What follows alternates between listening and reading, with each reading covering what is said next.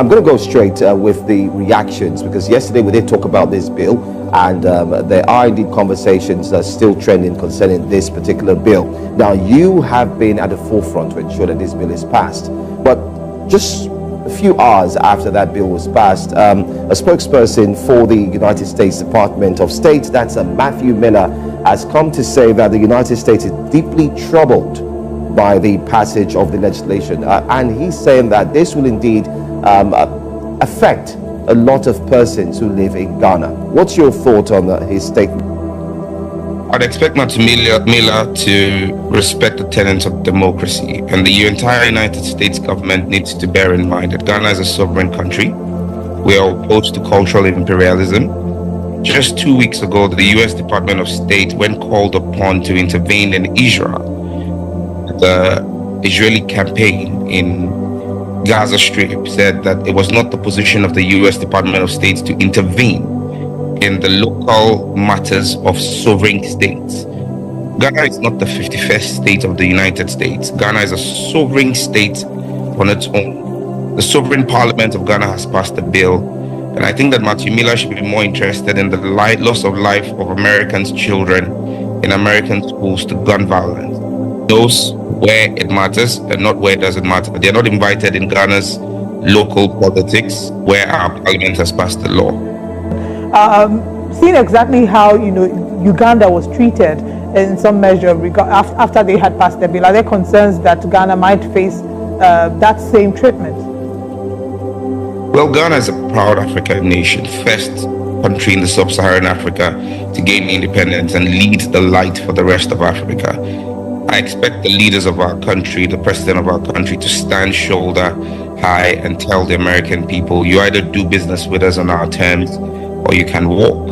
American businesses that operate in Ghana are not in Ghana because of LGBTQ. They are in Ghana because they make a profit. If you're an American business working in Ghana, you turn $100 million in profit every year. If you think that because we are protecting our cultural values and saying no to LGBTQ, you want to lose $100 million in profit, pack up and go. Another company will come into Ghana and do business. Ghana is a fertile ground for business. Look, Africa must begin to assert our rights. We're not puppets and stooges of the West. Look at Uganda. Uganda's economy is not as big as Ghana's economy, but per the Economist Intelligence Unit, the EIU, the 2024 report, Uganda is going to have the 6th fastest growing economy in Africa in 2024. And it's just the sheer hypocrisy of America and the West. Qatar buys over $1 billion of military hardware every year from America. The punishment for homosexuality in Qatar is death. Nigeria passed a same-sex marriage bill as far back as 2015. In fact, your bill is more punitive than Ghana's bill. In Nigeria, the punishment in your law for same-sex marriage is 14 years imprisonment. The maximum in Ghana's law is just 3 years elapsed. We need to begin to stand. The American economy would not run and the Western economies will not run without African raw material. I think it's time we begin to look at adding value to our own raw material. Why should Ghanaian cocoa and Nigerian cocoa be traded on the New York Stock Exchange and not on the Ghanaian Stock Exchange and Nigerian Stock Exchange? If we begin to assert ourselves, these guys will know that they have to deal with us on equal terms. They're not doing us a favor. We're doing them a favor. The best doctors in the United States medical system are Ghanaians and Nigerians. The best economists on Wall Street are Ghanaians and Nigerians. They're not better than us. We sit in the same classroom with them and beat them every day. Academically, intellectually, we're better than them. But it's simply because we've not asserted our rights as Africans, because we want to go for cheap hand-me-downs. And I keep repeating, the IMF and the World Bank are banks. Banks operate by giving loans and making profit of the interest of those loans. So they should not threaten us. I mean, a bank should not be threatening the customer and saying, I won't give you a loan if you don't do what I want. If I don't come to you for a loan, you don't turn a profit. And so our economies are what run those multinational banks. And until we begin to assert ourselves and begin to trade more amongst ourselves, Ghana should begin to buy more rice from Nigeria, and Nigeria should begin to buy more salt from Ghana. We don't need to be going to the West for this. That's our problem as Africa. So we'll now have two brief comments from the floor. The first is Mr. Samuel George. Mr. George is a member of parliament from the country of Ghana. Mr. George. Thank you very much, and all protocol duly observed. As a natural-born man, a charismatic Christian, a husband of one woman, a father of 3 children, and an elected member of Ghana's parliament, I hold the role of the family extremely sacred. I believe that the right to found a family and determine same is a right that accrues to everyone within the context and spirit of the 1992 Constitution of the Republic of Ghana, the African Charter on Human and People's Rights, the UN Universal Declaration of Human Rights, and several other recognized international treaties like the International Covenant on Civil and Political Rights and the International Covenant on Economic, Social, and Cultural Rights. 75 years after the UDHR, the spirit and letter are more poignant than at any other time in our history. At a time in our world where supposedly progressive forces are agitating for a redefinition of the core principles of what a family is and represent in a somewhat regressive manner, the genuinely progressive voices, like those in this room, must rise in defense of family, its values and protections. The concept of the natural family is under attack, and a siege is being attempted on the spirit of the Declaration of Human Rights. Let me be clear here and now, sirs and ma'ams. There is a distinct difference between sex and gender or gender identity.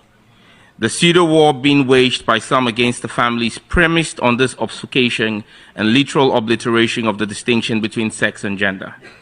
Sex is a biological construct that transcends race, ethnicity, religion, and jurisdictional jurisprudence. Sex is binary. You're either male or female.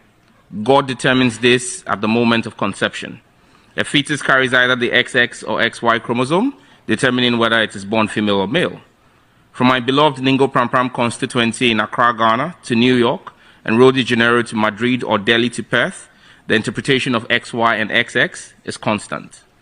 Gender or gender identity, on the other hand, is a social construct that has evolved on the peculiarities of various societies. From the onset matching the binary nature of sex, we see different recognitions of gender today across the world. There is no universality in the concept of gender or gender identity, and it is highly fluid. And as such, gender or gender identity cannot form the basis for any rights accruing in a covenant, a convention, or international treaty which seeks to be globally acceptable and binding because we have different interpretations. This is the basis for my avowed position that the letter and spirit of the UN Universal Declaration of Human Rights is apt and meets the needs of our global world today. It emphasizes in Article 2 of the rights, the rights and freedoms in the declaration, and is clear that there shall be no distinctions made based on sex. Yes, it says sex, not gender or gender identity. This is a definite position and must be defended by all progressive forces. The UDHR in Article 16.1 makes yet another actual position that I cherish and implore all of us to hold fast and dear, that the right to marry and found a family shall be between men and women of full age, without prejudice to their race, nationality, or religion. Yes, it says men and women, not men and men or women and women. Yet again, this is another reinforcement of the principle of sex and not gender. As a proud African, Article 2 of our African Charter on Human and People's Rights also echoes the principles of enjoyment of rights without prejudice to sex and not gender. As Africans, the role of the family is cardinal to our society and its well-being. To reinforce this, Article 18 of the African Charter recognizes the family as society's natural unit and basis. It imposes a responsibility on member states in the African Union to protect the physical health and morals of the family. Yes, it said morals of the family. It declares the family as the custodian of morals and traditional values recognized by the community. The Charter says there is no ambiguity here, that the values of family as a union between a natural-born man and woman must be protected by all of us. Against this backdrop, together with 7 of my colleagues in Ghana's parliament, I'm sponsoring a private member's bill titled The Promotion of Proper Human Sexual Rights and Ghanaian Families Values Bill 2021 in Ghana's parliament. In conclusion, I reference the critical role that a family plays in the development of society through the development, education, and upbringing of children. Article 18, 3 and 4 of the International Covenant on Civil and Political Rights declares respect for the liberties of parents and legal guardians to ensure their children's religious and moral education in conformity with the convictions of the parents and legal guardians. This right is not given to an educational board or a pressure group or a government. It is the sole right and preserve of parents in the family unit. Ladies and gentlemen herein gathered at the UN headquarters in New York, the family must remain respected and recognized as the union between natural-born men and women of full age who have the right and responsibility to determine by their beliefs and in conformity with the generality of their community the details of the religious and moral education of their children in a manner that respects communal norms of public safety, public order, public health, public morality, and the fundamental rights and freedoms of the majority of their community. I thank you. Shalom.